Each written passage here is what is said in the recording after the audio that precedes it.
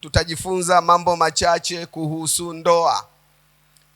Na mara nyingi tumefundisha katika sehemu hii, na bila shaka umekwenda kupita katika sehemu mbalimbali za mafundisho ya ndoa.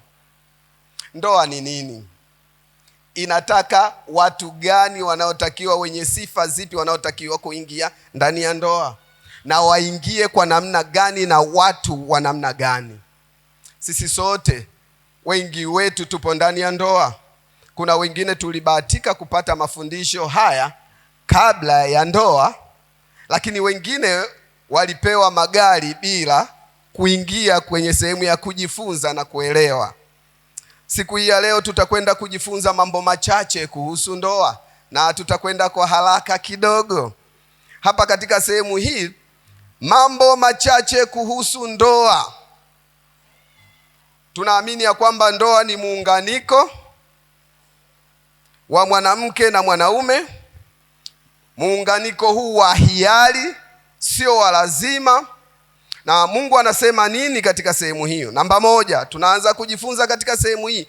Kama hujaingia katika ndoa, utakapoingia katika ndoa, ingia na mtu umpendaye.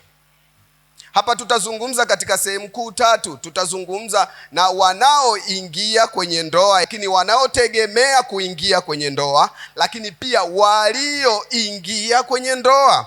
Lakini nianze na wale wanaoingia kwenye ndoa. Ni wapo wengine ambao labda wanafikiria kuwa na wachumba, wengine wana wachumba. Nipo hapa kukwambia, na neno la Mungu linasema kabla ya kuingia katika ndoa, ingia katika ndoa na mtu umpendaye. Mungu anataka mtu aingie katika ndoa na mtu ampendaye. Hivyo oa au olewa na mtu ambaye wewe mwenyewe binafsi unampenda. Sio anapendwa na baba yako, sio anapendwa na dada yako, sio kwa sababu ya kazi yake au kwa sababu ya kipato chake. Olewa au oa na mtu unayempenda. Lakini angalia, labda unaanza kupata wazo. Katika sehemu hii ya pili nasema na waolewe. Katika sehemu ya pili anasema na waolewe na wanaume wawapendao, moja, lakini na waolewe katika jamaa ya kabila ya baba zao. Wao ni kabila moja. Sisi tuliookoka tunaoa au kuolewa wa kabila letu, yaani waliookoka. Kwa lugha rahisi, sisi sote tuliookoka tunayomwabudu Bwana, sisi ni kabila moja. Tunapozungumza kuhusu kuolewa na watu wa jamaa ya kwenu, maana ni watu ambao wako katika safari ya Kristo. Hivyo usioane na mtu usiyempenda. Usioane na mtu wanaompenda wengine wakakuletea wewe na kukulazimisha umpende. Hapana, mpende mke wako. Leo wewe na Maklina mmetukutanisha. Ukiwa katika ndoa yako, mpende mke wako. Sisi ambao wana ndoa wa miaka ya nyuma, kama tulisahau wanaume, ukiwa katika ndoa, mpende mke wako. Na hapa Biblia inasema katika Wakolosai mlango wa 3 mstari wa 19, Biblia inasema ninyi waume wapendeni wake zenu, msiwe na uchungu nao. Kwa hiyo kumpenda mke wako sio ombi, hili ni amri.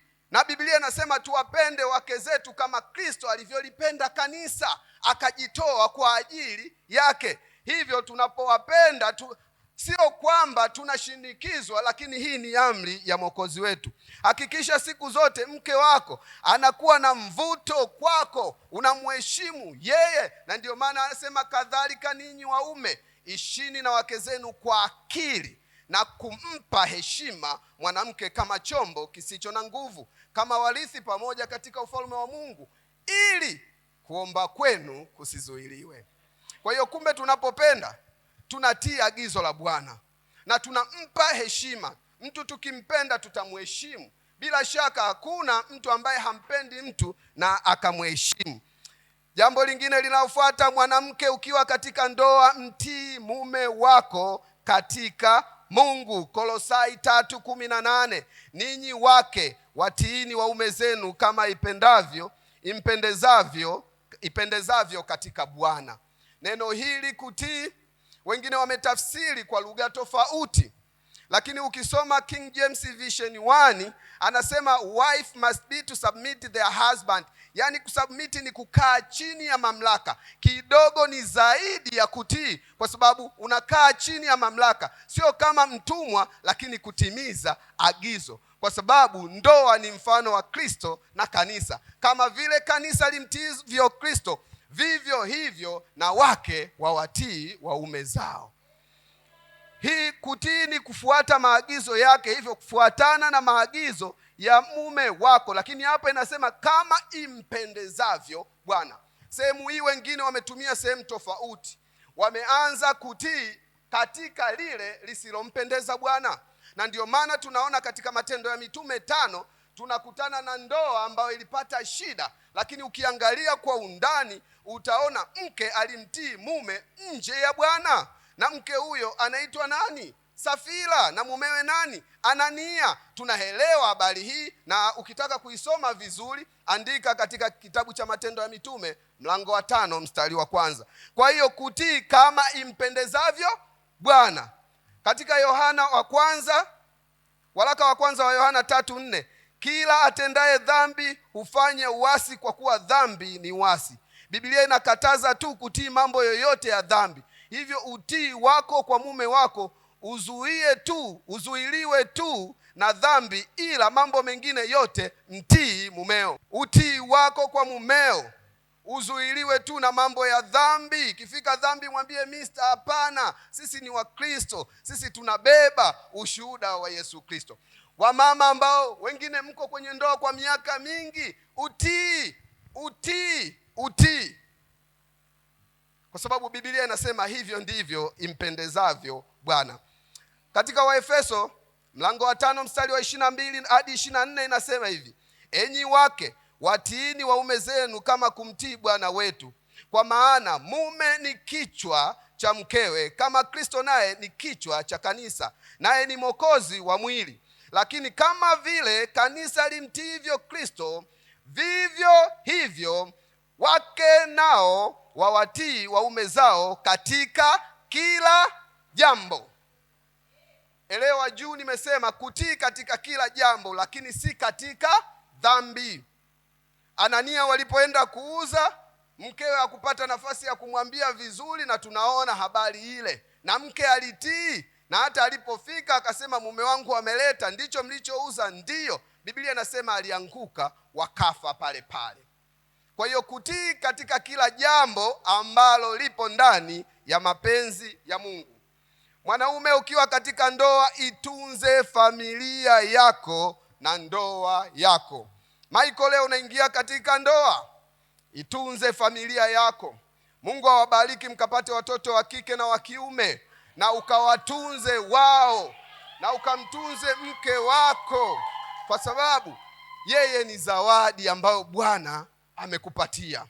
Na tunaposema familia tunamaanisha wewe mwenyewe, mke, watoto na watu wa nyumbani mwako. Hivyo leo mnachukua majukumu makubwa. Kumbuka kumtunza mke wako. Katika Timotheo wa kwanza 5:8, lakini mtu yeyote asiyewatunza walio wake, yaani wale wa nyumbani mwake hasa, ameikana imani, tena ni mbaya kuliko mtu asiyeamini. Jamani, wanaume tupate nafasi ya kukumbushana. Usijifiche kwenye kiti kwa kuona hii inamhusu Michael. Hapana, hata mimi ambaye nahubiri leo inanihusu na inanikumbusha namna gani ya kusimama kama baba. Wengine tunaitwa baba, lakini watoto wetu wanatunzwa na baba zetu. Leo Lingo angechukua watoto wake wangeenda kutunzwa na baba yake, lakini alitunza mwenyewe. Na bila shaka Michael, Mungu amekupa nafasi ya kujifunza kutoka hata kwa mzee wako. Tunza familia yako, na Biblia inasema asiyewatunza wa nyumbani ni mbaya zaidi. Kwa hiyo haijalishi tutakuja makanisani, tutaongea, tutafanya vyovyote, tutaimba, lakini kama hatuwatunzi watu wa nyumbani mwetu, sisi ni wabaya na tumeikana imani, tena ni mbaya kuliko mtu asiyeamini. Familia yako inahusisha mke wako, watoto wako na watu wote wanaoishi katika nyumba yako. Kutunza familia ni kufanyaje? Kutunza familia ni kuangalia mke wako, watoto wako na watu wako na familia yote iliyopo katika nyumba yako. Mwanamke, ukiwa katika ndoa, mstahi mume wako mbele ya watu. Mwanamke, ukiwa katika ndoa, mstahi mume wako mbele ya watu wote. Neno hili kumstahi ni kama kumpa heshima hata katika sehemu ya mapungufu yake.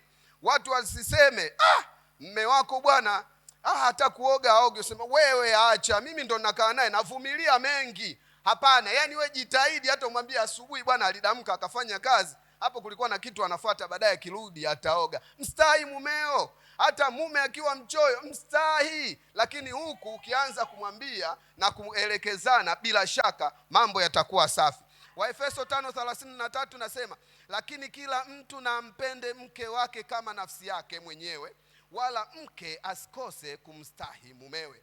Mke anayetajwa katika Mithali 31 mstari wa 10 na kuendelea, na inasema mke mwema ni nani awezaye mpata, maana kima chake chapita kima cha marijani.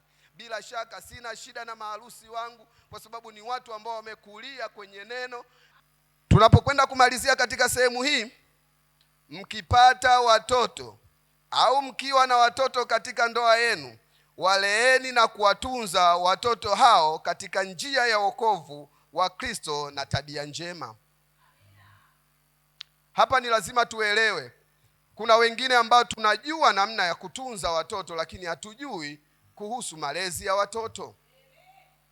Unakaa, mke ana watoto yuko Tanga, akikwambia tu mtoto anaumwa, umetuma hela, hiyo hela haimbebi mtoto kumpeleka hospitali, hiyo hela haiwezi kumwamsha usiku mtoto kumpa dawa, hiyo hela haiwezi kukaa na kumfundisha mtoto maadili, hiyo hela haiwezi kumwambia nyinyi ni akina nani, mnatokea wapi, hiyo hela haiwezi kumleta mtoto karibu na Mungu. Na tuelewe jamani wanaume, utofauti uliopo kati ya kulea na kutunza. Maana wengine tunatunza tunajua tunalea, na wengine tunalea tunajua tunatunza. Lakini watoto wanatakiwa watunzwe na kulelewa vizuri. Kutunza ni maana yake kuhakikisha watoto wana chakula, hayo ni matunzo, wana sehemu ya kulala nzuri, nguo za kuvaa ziko vizuri, wakiumwa wanatibiwa, wanatunzwa vizuri na mavazi na nini. Hiyo ni kutunza, lakini sio kulea. Kulea ni kuwafundisha, na mara nyingi hata hapa Eugene ameshafundisha kuhusu shema kuu, ambayo tunaambiwa na wewe uwafundishe watoto wako utembeapo na hata ukaapo na ulalapo. Tumeshapata nafasi ya kukaa na kuwafundisha watoto wetu, kuangalia watoto wetu kuhusu roho zao, imani zao, wanasimama vipi, mwenendo wao, tabia zao, maadili yao. Hii ndiyo maana ya kulea. Mungu atakwenda kuwabariki na Mungu atakwenda kuwapigania. Katika Waefeso 6:4 nasema, nanyi akina baba msiwachokoze watoto wenu, bali waleeni katika adabu na maonyo ya Bwana. Kwa nini hakuna sehemu imeandikwa enyi kina mama msiwachokoze watoto wenu? Wababa, hata mimi ni baba, mtoto wangu akinikosa, nikimchapa mara nyingi napenda kurudia, nikikutana naye, wewe Samu, ukirudia kesho na kukata masikio. Lakini nimeona mama watoto wangu akimwadhibu, baadaye anamwambia usirudie tena bwana, haya basi pole, yameisha. Sisi wababa ndio maana tumeambiwa tusiwachokoze watoto wetu, bali tuwalee katika adabu na maonyo ya Bwana. Ukimlea mtoto wako hakikisha unamlea katika njia ipasayo, maana hata iacha hiyo njia. Katika Mithali 22:6 anasema, mlee mtoto katika njia ipasayo, naye hata iacha hata atakapokuwa mzee. Namalizia kwa mume au mke, ifanye ndoa yako iheshimike. Wakati mwingine ndoa zetu zimeshindwa kuheshimika na watu kwa sababu sisi wenyewe tumeshindwa kuheshimisha ndoa zetu. Sisi wenyewe tumekuwa tukisemeana maneno magumu mbele ya wengine, maneno magumu, ugomvi mbele ya watoto, maneno magumu mbele ya watu wa mataifa, na bila shaka watu hawawezi kuheshimu ndoa zetu. Wengine bado hatumchi Bwana, tunarudi tumelewa, nguo ziko mabegani. Watoto hawawezi kuheshimu na watu hawawezi kuheshimu ndoa zetu. Katika Waebrania 13:4 na 5 Biblia inasema ndoa na iheshimiwe na watu wote na malazi yawe safi, kwa maana washerati na wazinzi Mungu atawahukumia adhabu. Msiwe na tabia ya kupenda fedha, muwe lazi na vitu mlivyo navyo, kwa kuwa yeye mwenyewe amesema, sitawapungukia kabisa wala sitakuacha kabisa. Kwa hiyo tuwe radhi kwa hayo yote. Uzinzi usitajwe katika ndoa, uasherati usitajwe katika ndoa, maneno magumu yasitajwe katika ndoa, tamaa ambazo nje ya vitu ambavyo mko navyo yasitajwe katika ndoa. Bila shaka vijana mnaoingia kwenye ndoa, haya mmepata nafasi ya kuweza kupata ambayo yale labda yangefundishwa kwenye darasa la ndoa na wewe usingeingia. Lakini tuelewe ya kwamba Mungu ameweka mpango mzuri.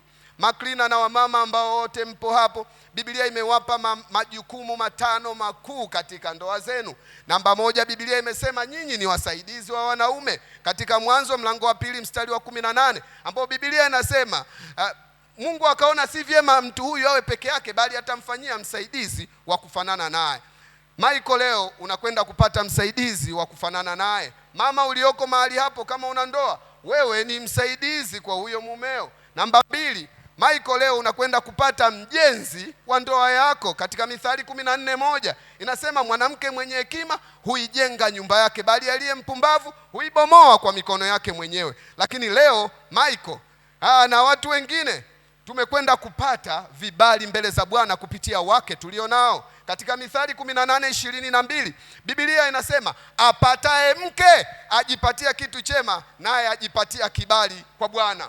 Lakini katika waraka wa kwanza wa Petro 3:7 inasema kadhalika ninyi waume ishini na wake zenu kwa akili, na kumpa heshima mwanamke kama chombo kisicho na nguvu, kama warithi pamoja katika ufalme wa Mungu, ili kuomba kwenu kusizuiliwe. Vibali vyetu vinatoka kwa wake zetu. Maiko, chochote ambacho utakachokwenda kuomba, bila shaka ukipatana na ukiishi na kumheshimu mkeo, kibali hicho kitakuwa kiko vizuri. Mahali ulipo, tafadhali tutakwenda kufunga katika kitabu cha Mithali 31 mstari wa 30 tunapokwenda kumalizia katika sehemu hii. Unasema upendeleo hudanganya na uzuri ni ubatili, bali mwanamke amchaye Bwana ndiye atakaye heshimiwa. Upendano hudanganya na uzuri ni ubatili, bali mwanamke amchaye Bwana ndiye atakayesifiwa. Hivyo wote tupo mahali hapa, tumepata nafasi ya kukumbushwa. Labda tulisahau, labda yengine yalipita, wengine hatukupata hata nafasi ya kujifunza kama haya. Lakini tuelewe ya kwamba kumcha Bwana ni chanzo cha maarifa. Maarifa yote ya kwenye ndoa, maarifa yote ya maisha tutayapata katika kumcha Bwana. Michael na Maklina, Mungu akawabariki zaidi, mkawe na ndoa iliyo njema. Kwa nini tusimshangilie Bwana kwa makofi?